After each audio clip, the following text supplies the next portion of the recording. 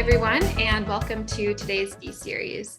My name is Carly Grant. I'm the Entrepreneurship Program Manager here at the UCSF Rosenman Institute, and today I have the privilege of introducing our very talented guest, Kaleana Quibell. Kaleana joins us from Sequoia Consulting Group, where over the past 7 years, she has consulted on hundreds of top technology and venture capital backed clients' total reward strategies by way of evaluating and partnering with the industry's most innovative products. Kaleana focuses on helping clients identify the short and long-term needs of employees to attract and retain top talent. And today she will be sharing data trends surrounding the current employer benefit and well-being solutions market.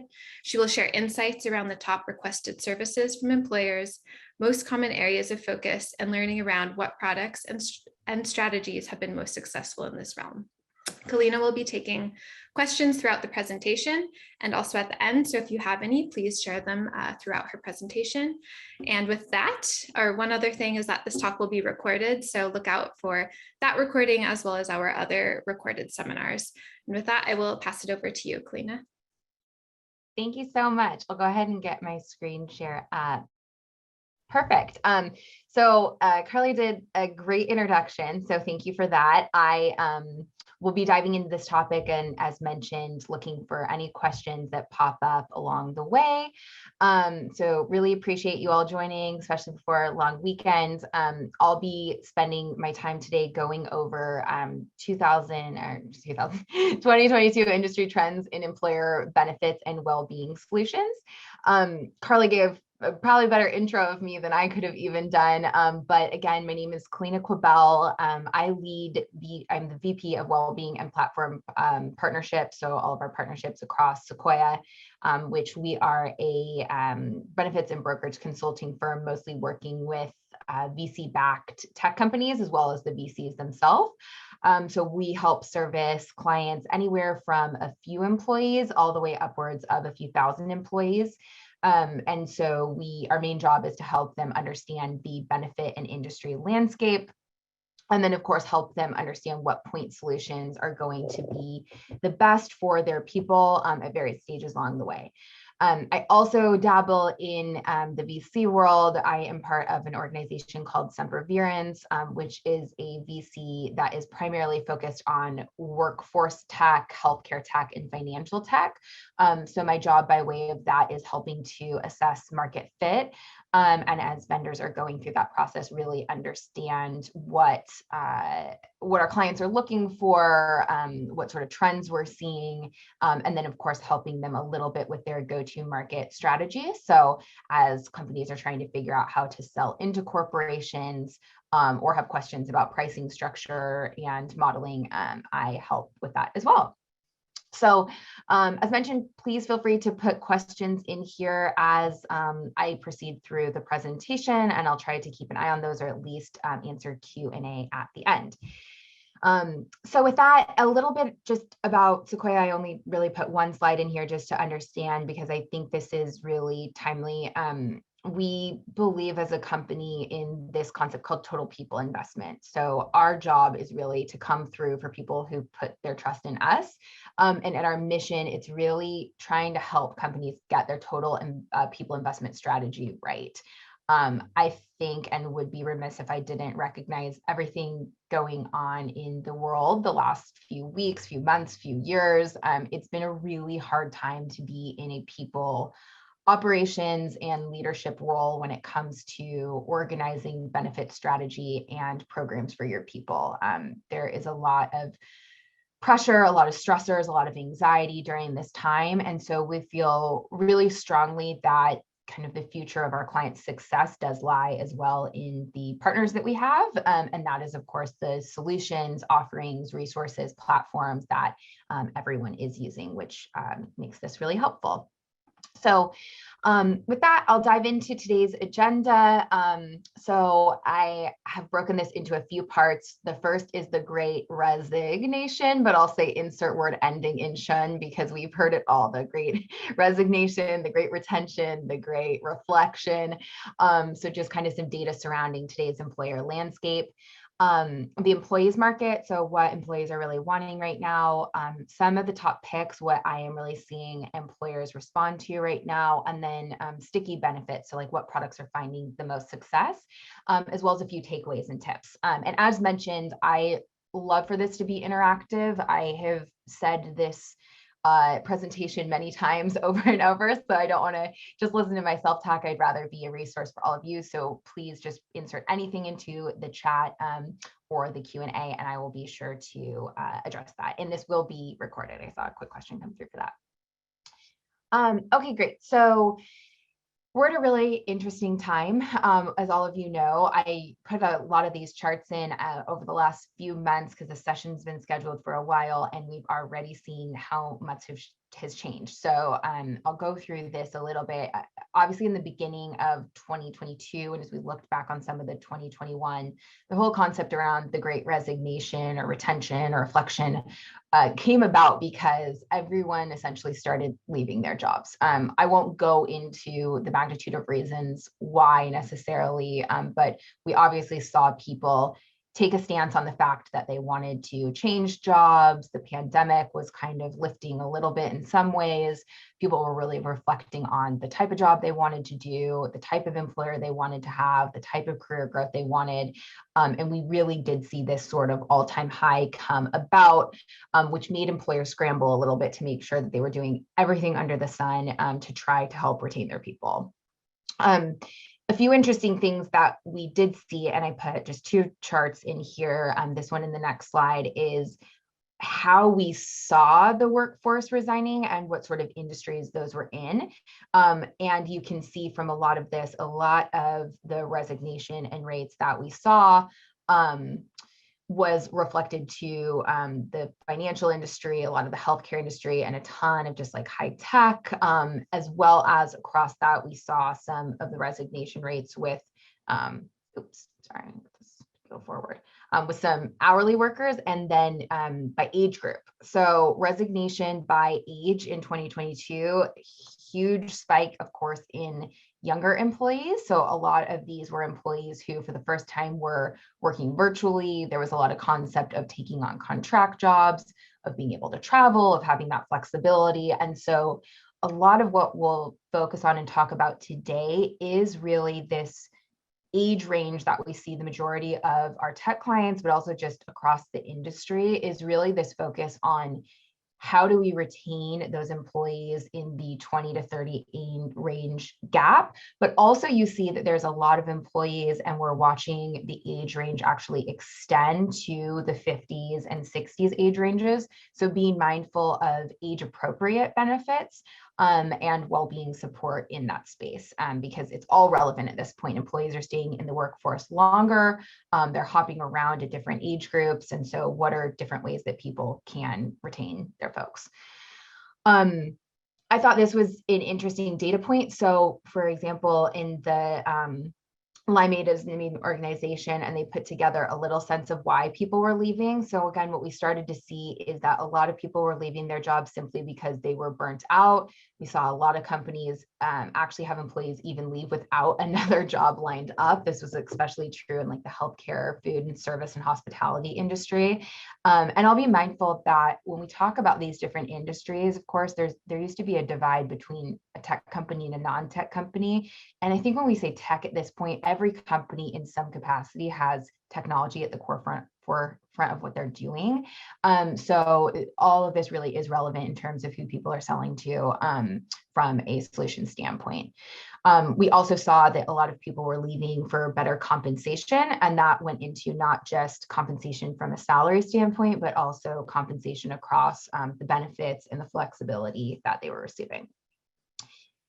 So now we enter mid 2022, where we're at now, and the market is kind of also saying just kidding from the standpoint of, you know, all this employees quitting and this being this employee market. And we started seeing headlines that looked a lot like this, right? So the last few weeks in particular have been a really big shift that a lot of people obviously saw coming, but we are starting to see the impact on a lot of the companies that we work with, I will say, for as much as there are layoffs and slowing, we're also seeing growth, but it is starting to feel a little bit rocky and unstable for companies. And now they're really trying to figure out how they approach this new time of trying to figure out how to both retain employees, but also deal with this.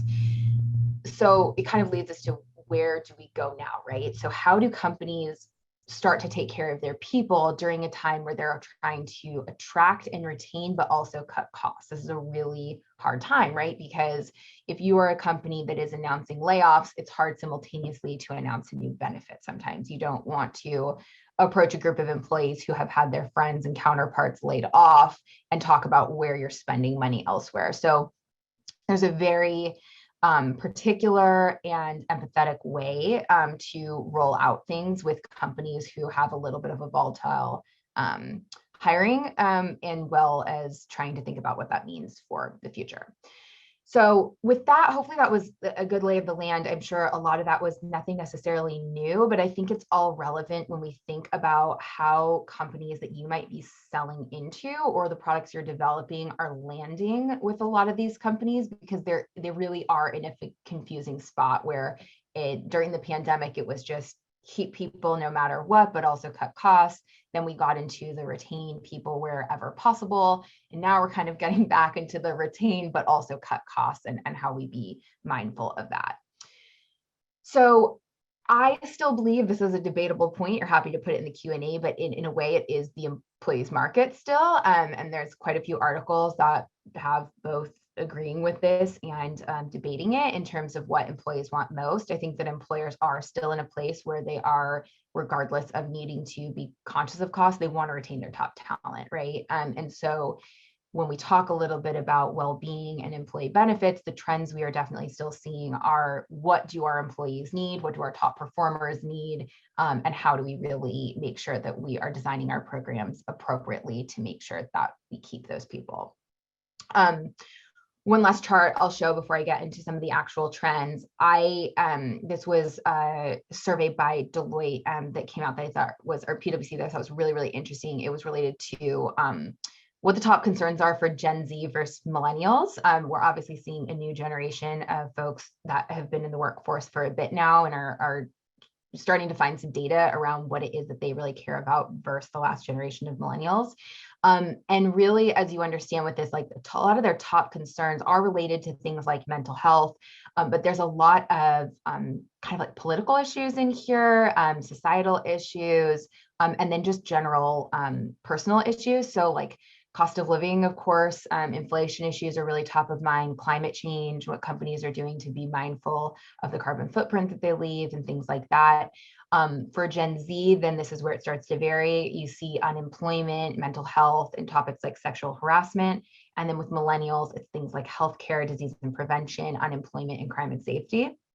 So big trends being there, of course, like how are we making a difference in the world? How is this job also going to impact my cost of living, and things like we mentioned, like the crime and personal safety or sexual harassment, like how are we building a safe place for people to work? So really what this is resulting in, and I could not have said this better myself, so I actually put it in a quote, is this switch of wellness to well-being to human being. So Laura Putman is CEO of a company, Motion Infusion. She does a lot of speaking on wellness in the industry. And one of the things I thought was really interesting here is she points out, and I'll read this quote and pause for a few parts of it. So employees want meaningful support from their employers to help them address what matters most, tapping into our most deep-seated psychological needs. So we're really at the point where, you know, just giving employees a few benefits, helping with healthcare is great, but employees at this point are really struggling for a magnitude of reasons. I mean, just looking at my inbox over the last few days, we're dealing with, you know, Roe versus Wade, on top of the Buffalo shooting, on top of the horrific school shooting, and employees can't focus when all that's going on. So how are the benefits that you're putting in place actually addressing that deepest level? And so these include the need for mastery, the need for autonomy, the need for purpose, and the need for being connected with one another. So really important to kind of weave and tie all those in together. And what might be cast as human being efforts have normalized topics that were considered taboo or off limits in the past, such as mental health in the workplace, the intersection between well-being and diversity, equity and inclusion, as well as the conceptualize of spiritual well-being. So we really are seeing these previously taboo, stigmatized, off-limit topics be really front of mind for employers, with a lot of employees essentially demanding and requesting that their employer take a stance on these, where we really never did see this in the past. Roe versus Wade, as I mentioned, is a perfect example of this. Like, to have so many CEOs and companies actually come out with a stance to roll out benefits in support of that is something that I did not see 10 years ago. It is something that is really starting to create this gray line of what, was typically off limits and is now coming into place in the workplace. And so we'll talk a little bit about that as I go into the next section about what employers are responding to. But this really is, as she stated so well, this shift from well-being to human being. It's saying that we're not just focused on the concept of wellness anymore. We are recognizing that our employees are human beings at their core, and everything we do really needs to be in the best interest of those deep-seated psychological needs as they have them. So I could talk for hours about this, and happy to connect with anyone outside of this session to discuss more if for whatever reason the product you are working on or solution is not falling into these. But these are really, to me, the highest overarching themes that we're seeing with our clients in this kind of top 6 picks. It would be hard to say, but what employers are responding with in what I just spoke about. So the first is that mental health becomes more personal. So to say that mental health benefits are still most popular is, to me, a little bit of an obvious statement. We do continue to see mental health being the top requested benefit. I see this, the top talked about benefit in the media and everything that I follow on the news and LinkedIn and otherwise. But I think the big differentiator here is how it becomes more personal, and then some of these data points that I'll talk through here. So the first is having mental health become more accessible, that quick access and immediacy in finding timely, easy to find care. So when things happen, like the shootings of this last week, for example, that concept of waiting even a few days at this point, that used to be obviously a huge selling point, to not wait 60 days for your EAP therapist, but now these apps are offering a few day turnaround. When things like this happen, people are wanting instant access to care. And what that means does not always necessarily mean that they have to have a therapy session at that time, but who can respond to that immediate request, who has a resource that can give them. So we're starting to see a lot of the partners we work with have that high touch level of care, but also have an entrance point to kind of take those immediate requests and help with, maybe immediate coaching, or perhaps maybe a lower level, cheaper resource who can help respond and be the first line of defense while there is a wait even within 24, 48 hours to get that care. So that is really important. Entrance at all levels to mental health. So we've seen that obviously there's been a lot of talk of mental health and access to therapy. We're seeing that there's different types of needs for therapy more than ever. So some people just want those mindfulness breathing practices, things that are easy for them to just do at their own time. Others are wanting that continued virtual therapy, but we're also seeing a return to in-person, so both in and outpatient therapy. So this may be things at the level where people are, dealing with substance abuse issues. We're seeing a lot of that come out of the pandemic as people had spent so much time in home and dealing with very high stress situations. And so making sure that these offerings can also route them to those points of care that are often very confusing to navigate with traditional insurance. Diversity, I should have put this as the first bullet point in all bold, but this is the biggest thing within mental health and honestly in healthcare in general. I'll talk about this a little bit on the future slides, but the ability to select a therapist like them. And that means whatever that person wants it to mean. It can be related to their race, ethnicity, age, how they identify sexually, what sort of care they want, what sort of background they want the person to have.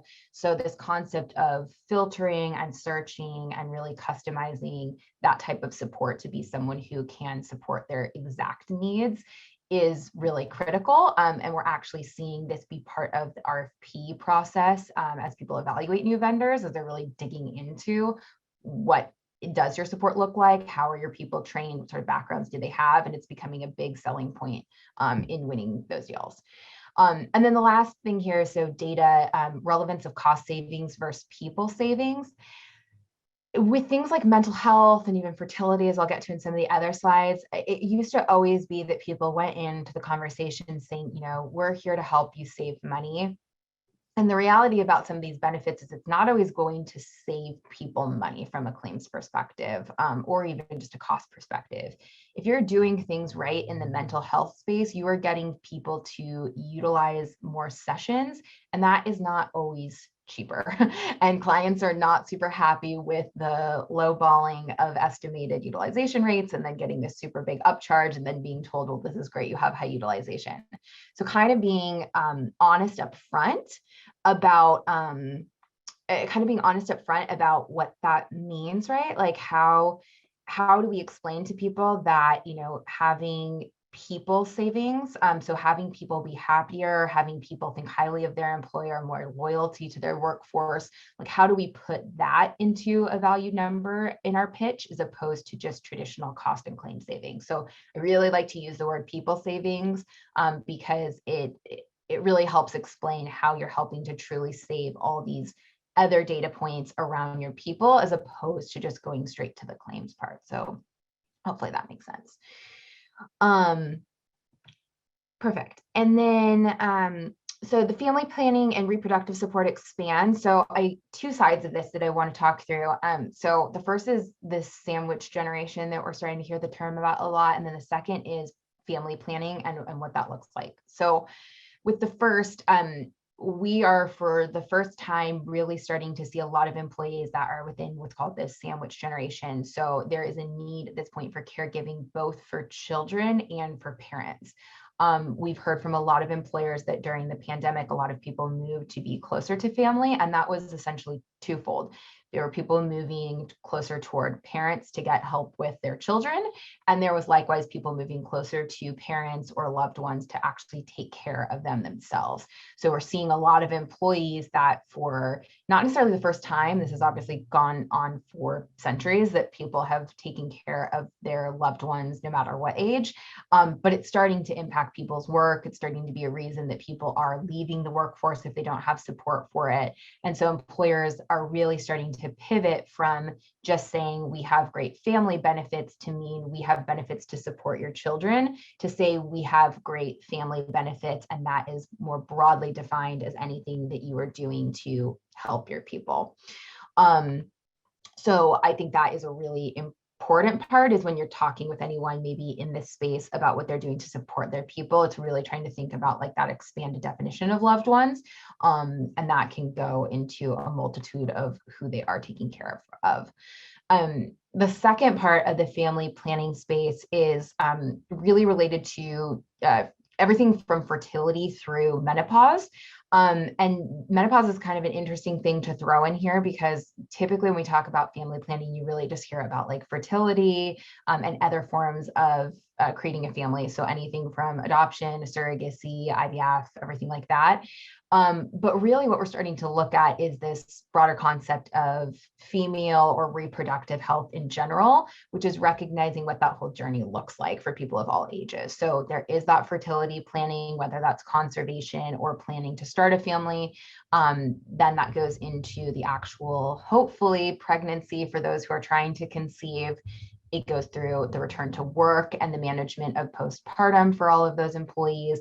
And then it gets into that second stage of reproductive health, where we're actually looking at how benefits have essentially been a little bit ageist in that they do cater toward people at a younger, and we're starting to see a big emergence of, well, I'm still in the reproductive planning cycle, but I'm entering menopause. And how are we supporting women who are entering that stage? So the life cycle of all of that is really expanding to say, we understand you need to take care of your loved ones. And then as we're starting to think about family planning, we want to support you through that entire cycle, which for menopause, of course, impacts females, but at the same time has an impact on the entire family, as a lot of people go through that process. So hopefully that helps. And I have seen a few questions come through. I will be sure to answer some of these at the end. I'll weave in the ones that are right on time with this, and then answer some of the more cost-saving ROI ones after. So please keep inputting those. These are great. Okay, and then the third one, so flexibility in choice. We saw a huge emergence in stipends and custom cash. I have a lot of thoughts on this one, but I'll try to keep it to a condensed slide.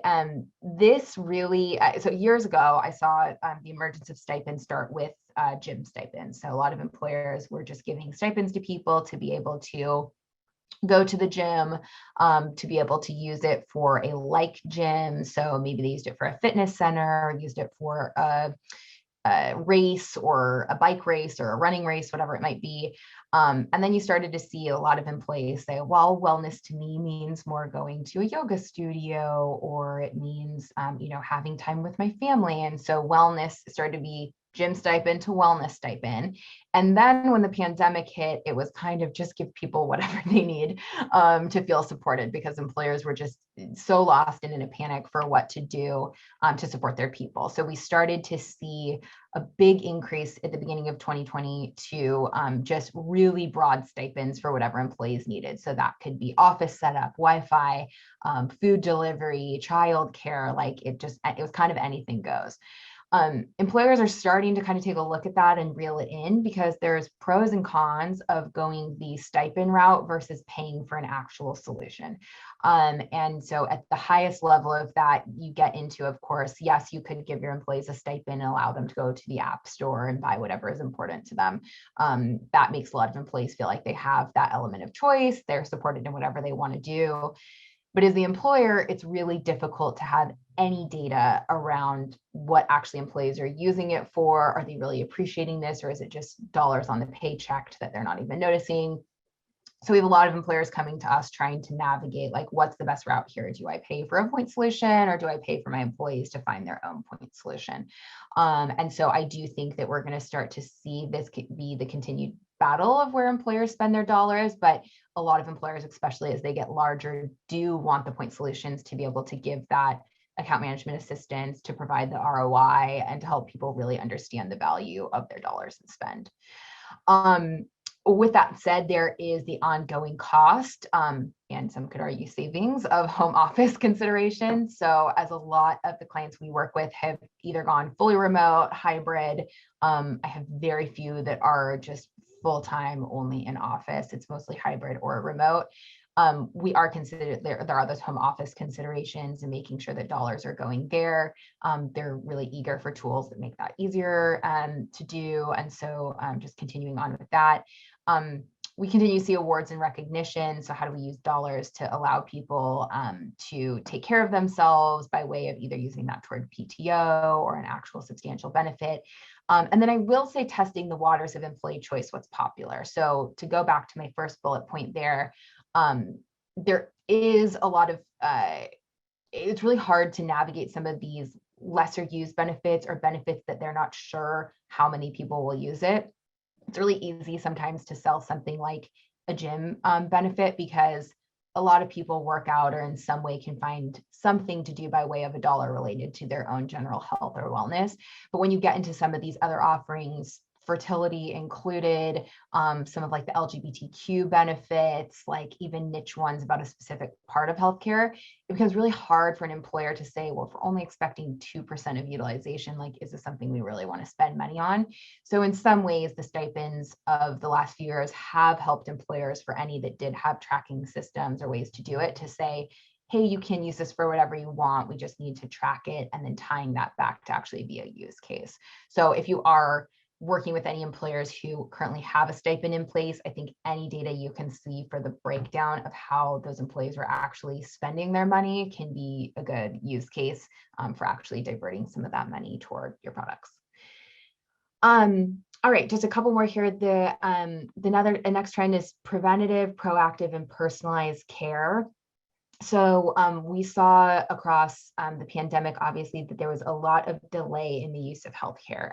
People were avoiding the doctor's office at all costs. It was not something people wanted to spend much time at a doctor's office or hospital in the peak of the pandemic, that a lot of people still don't. And so there has been a huge avoidance of preventative care services, which we are just starting to see the impact of in the claims data as we're starting to get 2021 claim data and even seeing some insight into 2022.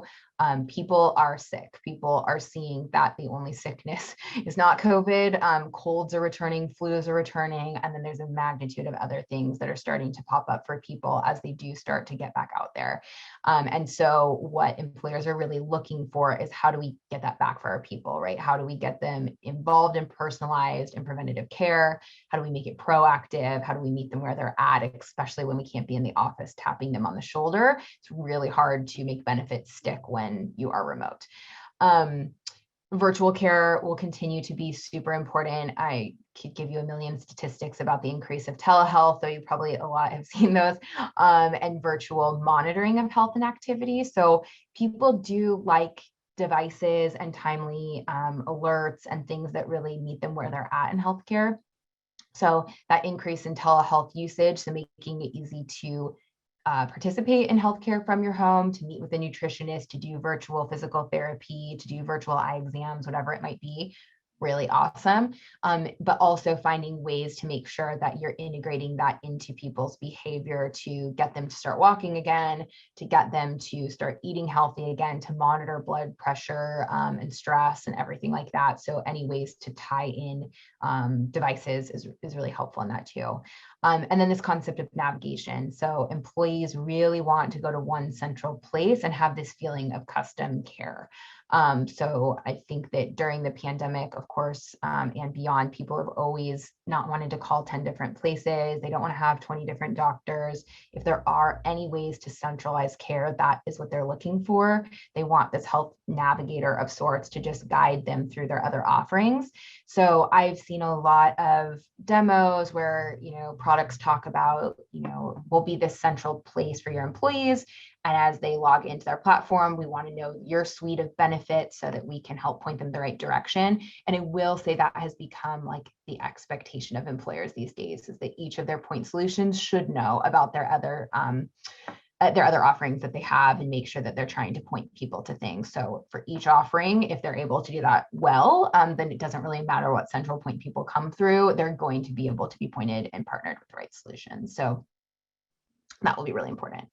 And then the last two are tying back a little bit to what I talked about, the typically taboo or more, topics that tried to stay in-house, is that these last two are really coming from the employees, I think. And the first is transparency and accountability. So employees are really demanding and kind of bringing this visibility to what employer policies are. The headline that I pasted here came from the Skims Show Us Your Leave. I am sure most of you in some capacity may have seen this. It flooded all forms of social, but the hashtag Show Us Your Leave was started by the Skim, and they had actually near like 1,000 companies toward the end of it actually share their paid leave policies publicly. And like any social media trend, there becomes this pressure to participate. And so employers who had previously maybe been shy of their leave policies, we actually saw increase, because they wanted to make sure before they shared this that they were sharing something that employees would be proud of and actually not criticize. So a lot of employers right now are looking at where their gaps are. They're looking to compare to big companies and realizing that kind of at every moment their policies could be exposed, for a lack of a better word. And so they want to make sure that they are doing a good job by way of not just having offerings, but have the policies to really back those up. And what we always say when we're advising employers is this doesn't always have to do with having the most offerings or the most time off or the most generous policy, but it's really just making sure that whatever your culture is, that it's really lining up to that. Because I do think that we'll continue to see a lot of these campaigns and pushes for employers to be more transparent in their offerings. And then the other one is advocacy and political stances. So when I had created this slide, this was shortly after everything had come out about Roe versus Wade, and I just found it to be super interesting that employers were taking a stance on this. So I already touched on this a little bit briefly, but we are seeing that people are calling on their employer to take stances both from a business perspective, but also internally, how they would support their people. So just two examples here, but shortly after the announcement, Lyft came out saying how they as a business would help with this, but also talking about, so for in three ways. They talked about their riders themselves, they talked about their drivers, and then they talked about their employees. So that was a perfect example of a company coming out saying this political instance, announcement, ruling could come out, and these are the ways we're taking care of all of our parties. And then on like the affinity side, this was one that I thought was really interesting, just about like his personal stance and talking about for employees immediately providing them access should they become living in a restricted area and what that would mean. So huge turn. I think this is really fascinating, and obviously we'll continue to watch this as other things pop up in politics, hopefully more toward the better. But I do think this is something to be really mindful of, and also to help support and navigate your clients with if you have a solution. You can imagine that immediately upon a lot of these announcements coming out, solutions and vendors that we work with were flooded with, how can your offering support this? Or how can we allow a stipend to do this? Or how can you help us create a policy with this? So being really mindful of the times and what's going on and having a stance on this. I saw vendors, some come really prepared and actually make proactive statements, and then others scrambled a little bit to try to decide what their business stance was on it. Should we do this? Should we not? And I will say that a lot of people were way more impressed and happy with the ones that seem to have thought this through and came out with solutions, just kind of reading the room and knowing their people. So hopefully that was helpful. So sticky benefits, what's working best? I just put a few tips here. So the benefits that we're really seeing work best with our clients are the ones that feel like an extension of the team. I hear this line used a lot in different variations, but people really want the vendor to feel like it's an extension of the team as opposed to outsourcing. And there is a big difference. It's using the language of what they call their people when you address them. It is using taglines in the communications that you send. It's branding. And so this is becoming ever more important in finding partners and making sure that there's a true collaboration, especially from a marketing effort. So hiring marketing, especially on a communication side, is really key. And then timely, culturally sensitive benefits. So as you are, engaging employers in different offerings or things, making sure that you are aware of what's going on, that these offerings do feel timely and are aware of what's going on. And then engaged employees. So making sure that employees are in fact engaged in the service, and that kind of ties back to the marketing side. Our employers are really putting a lot of pressure on both us as consultants and the vendors to make sure that people are fully leveraging all of their resources. And so that really means to be doing that timely marketing, to making sure that people know how to access these, that the employee feedback is being taken into consideration, that SLAs in terms of response time to employees is really coming into play. If you say you're an on-demand service, you better be on demand and ready. And then customized concierge care. I already talked a little bit about that, but just wanted to add that bullet point there. And then data-driven results. So making sure that data is given to clients in a timely manner. Clients are definitely purchasing ones who have that data built out, as opposed to say, yes, we can do that. I think people are starting to catch on to the we have that versus we can do that. And there is a difference. And so any data that you are working on is really key. And then innovative and challenging the status quo. So I'm seeing some really, really cool solutions out there, and the ones that are different and truly do have the ability to back up what they're doing is new and is different, as opposed to just a little bit off of what someone else is doing, is really catching the eye of employers. And a lot of those being in the spaces of what I talked about with those 6 trends. And then building upon surfaces, this whole life cycle mentality. So also just kind of being transparent about roadmap where possible and saying, hey, this is what we do today, but we recognize that the natural path is to cover these additional services or these additional people. And so I think employers do ideally not want to have 100 different point solutions. They want to work with partners who are going to grow with them, who are going to go with the life cycle of employees and support them through different circumstances that they'll go through, as well as employees grow both in age and in families and different needs with the company. And then lastly, I'll still leave about 15 minutes for questions. So I think I'm right on time, up to the 1:45 mark, but just some quick takeaways and tips. So really knowing your audience and observing the arena. So I say that as if you are the performer, knowing your audience and observing the arena is important, right? So know who you're pitching to and know who the employer is, what their people are. Doing your research on their culture is really important, but also observing the surroundings. So it's really important to be keeping up with the news and the headlines, as hard as they are to read as of late, but really just trying to understand, like, why would an employer want to go after an offering like this? Like, what's important to these people right now? Where are they hurting? Where are their gaps? Where are their people probably coming to them with requests, and being really mindful of what's going on. The second, explain the value in terms of retention, loyalty, and engagement, not just savings. So as I was saying, obviously, people do not want to spend extra money, but it's not always about claim savings. I think that there are certain offerings that are obviously going to be a natural fit there, but the cost of retention, loyalty, and engagement is what we're seeing a lot more in terms of employers really trying to understand like what that cost looks like and what it means to retain their talent. And then your job isn't just to supply solutions, it's to build upon and improve a company culture. So again, kind of going back to that being an extension of the company, I really do believe that both as what I do in the consultant arena, but also as solutions and vendors, it's really important that you aren't just offering a product, that you are trying to bring to the table how you are actually building upon and improving what that company has already done, right? So if you, let's say, are a family related solution and you're going to an employer, your job isn't just to say, hey, we have something that we can provide to help with caregiving. It's to say, like, we recognize that you want to be the leader in family forming benefits, and here's how we're going to help you get there. Like, what are your goals? What can this help you do? Do you have a metric of retaining parents? And really show how that benefit will help improve their culture. And then being a good partner and committing to growth and evolving with the client. So that's what everyone wants. They want good partners. They want someone who they won't have to switch vendors in a few years. They want someone to grow alongside them and to really commit to giving them this amazing experience and evolving with the growth of that company too.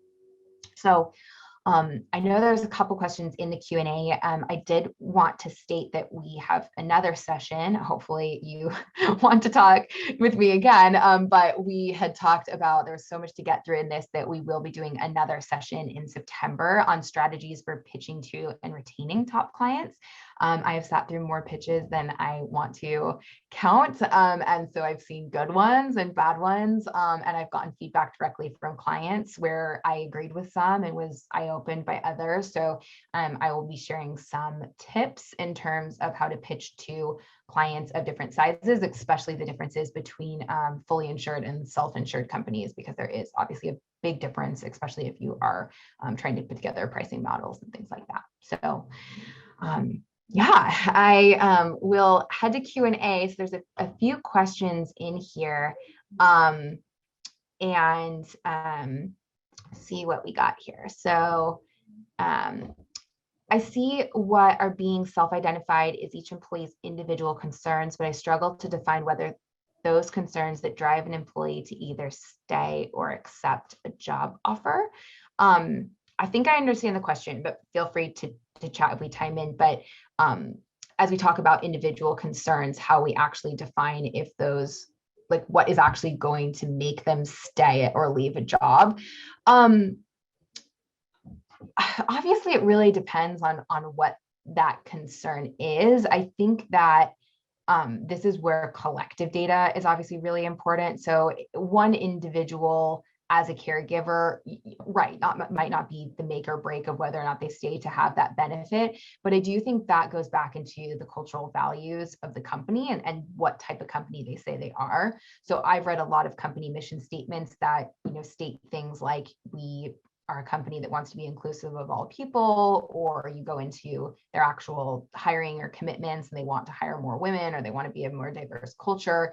And so I think, to me, that's where it really does make an impact on what you're going to start investing in and what you're going to care about, because employees come into that role really aligning with that, or trying to, and understanding what they want to do with it. So I think this is where surveys, data, your own mission statements and alignments, and happy to follow up if that didn't answer it, but it can be really tricky. And that was kind of what I was talking about, of when you have these small groups of people, it's really hard to decide, like, is it worth committing an entire benefit to just those people?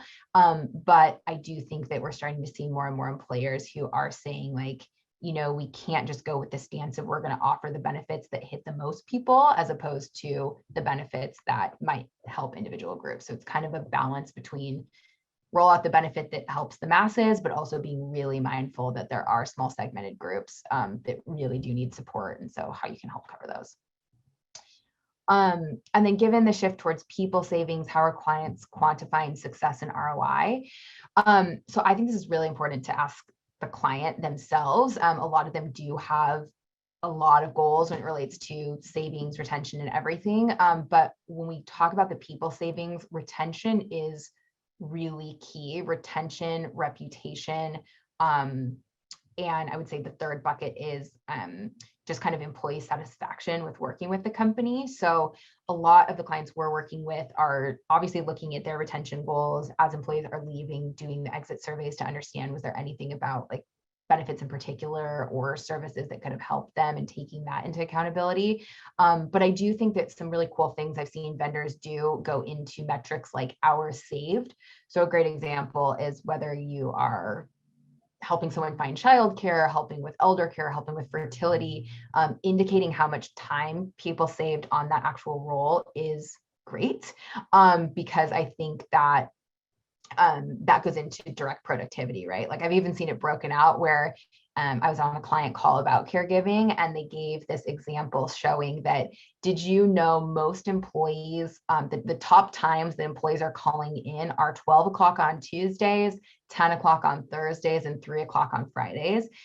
And the time that they were spent on with the caregiver versus the time that they would have spent elsewhere. So it's really interesting, right? Like, if you're calling that offering, they were able to show your employees are going to do this during the workday regardless, because this is when these services are open. But with us, they're going to spend 15 minutes. And with other services, they might take a half day to do it. So that sort of like time saved data, I also think is really awesome. And that helps show employers how you're helping save them costs and money. An example. It's great. And we have a few questions too, more than a few questions from folks during the registration. So cool. I'll share some of those with you too. One person asked, how do we balance the desire of employees to work remotely with the company's desire for them to work in person? Gosh, this is the big challenge. So yeah, I think so. A lot of what I've seen with our clients who, remote work has obviously opened up a lot of benefits for people, especially for caregivers or just anyone who wants that flexibility. So I think the big thing, and I've seen a lot of clients do this really well, is truly explaining the why of coming into the office and then making that a value. The last thing that employees want to do is go into an office to sit at a desk or a conference room to be on a Zoom call. And I think we can probably all agree on that. There's just nothing more frustrating than if I were to leave my home office, go all the way into an office and sit on a Zoom and then get back in my car. But I think that doing those collaborative environments to have like team offsites, a designated day that people are agreeing to go into the office, those are where employees are seeing the value. So I've seen a lot of employers start with like having a team offsite to be the first day that they come in versus like just a team lunch. I don't know. I think there's a difference between that. Like one is fun, of course, but I had a client who said they started off with a team lunch and happy hour, and everyone agreed, why didn't we just do this in the city? And so I think actually making it be about like an offsite and a productive manner has been really helpful. So a lot of employers are coming out with designated days that people go into the office to maximize capacity, but ensuring that managers or leaders are there actually guiding a meeting to be the purpose of them coming in, which I think is really, really important. You also don't want to go into the office and have none of the leaders be there. So that's a big one too. And then there were also a few questions more around for smaller companies, how do they break into this market, navigate the employer pilot and sale, and how do they approach corporate HR to sell a digital health product? Yeah, so a ton of tips here. And again, I think this is one I'd be happy to answer direct questions because it often is very dependent on what it is you're selling. But I do think that pilots are an amazing way to do this, and also giving access to HR leaders to the service. The clients we work with are very hesitant to be guinea pigs. They care deeply about the experience of their people. They don't want to roll out something to have it go out of business and be taken away. So they're very, very cautious about what they choose. With that said, they do get very excited when they find an offering that helps them fill a gap that they don't see anyone else in the industry doing. So I think that kind of leading with that, like, here's the gap, here's what we're doing that a lot of these other organizations might not be doing correctly. Like, is this something that you struggle with? And then giving those people any sort of small group pilot access or the HR individual access has worked really, really well. So a perfect example would be, we had a really small vendor we worked with that was in the caregiving space. And I know I've talked about caregiving a lot, but it's just top of mind for me right now with a 1-year-old. So we had a caregiving vendor, for example, who was really trying to break in, and there are so many caregiving solutions. So this is a really tough one. But the caregiving vendor helped identify, a certain gap in the industry that a lot of these larger organizations were not doing. So they helped target a few people that featured on their sites they were working with, a care.com or a Bright Horizon, and actually targeted those companies saying, hey, things have shifted, people are working from home, there's a safety component, all this other stuff. We're doing something a little different. Would this be something that your parent ERG or your HR team would be interested in? I think that's a great idea, right? Like, no parent group doesn't want to try something new. And so kind of angling it toward, like, we think you might already have a group of people who could take advantage of this, and we'd be willing to do a sort of pilot for that. Or of course, targeting the HR person so they can experience themselves. So I think that's one tip of advice I have for breaking in. I think it always starts with that. And then once you have your your people who can give you good reviews and kind of roll out to a broader population, then that's kind of where it helps grow. Great, thank you. And another question, you touched on this a bit, but how is the marketplace responding to the employee well-being trends through new service offerings and technology? Are there emerging players you are noticing in the realm of employee wellness?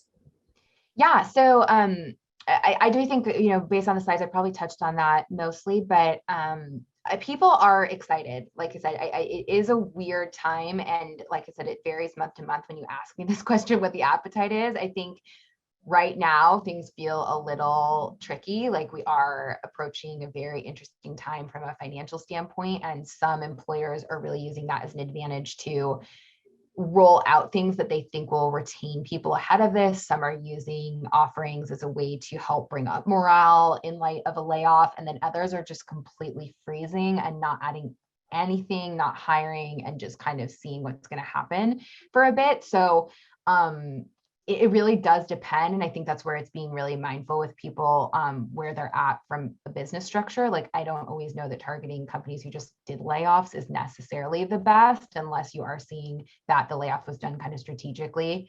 But yeah, I think that there is a huge appetite to continue to support employees. Like I said, retention, despite layoffs, is still really, really key. So people are going to be excited about a lot of those offerings. Like I said, the mental health ones, the caregiving ones, the ones that are giving personnel choice, virtual care, and then also the ones that are obviously touching on timely topics too. Thank you so much. And let me see, there is sort of a related question. Are there any trends of what employers are, I guess are there anything that folks don't want to entertain any longer, like the benefits just aren't stacking up? Does that make sense? Yeah, I think so. Not necessarily. I mean, I guess I would say, and this probably isn't relevant to anyone in this group, but like if you don't have a technology component to what you do, like there is no interest, right? Like people do really care about the UI experience of what they're rolling out. And so it's kind of a reverse way to answer the question. It's not that it's not saying what offerings people don't want to have anymore, but it is increasing like the quality and the technology behind what they're rolling out. I don't think people are really as much entertaining things that maybe have been around for 20 years and look like they are older, or the website is clunky. Like people need it to feel very, very high tech. So I would say we are seeing people move away from offerings that have been around for a long time and have not enhanced their technology or user experience. People don't just want to go through, an old school, only has a phone number sort of thing. The ability to do everything through a mobile app or a computer is really important to a lot of employers. So. All right. Well, we have another question that just trickled in. Yeah, I can go ahead and read it. How can a point solution compete effectively when employers are increasingly moving towards one-stop platforms?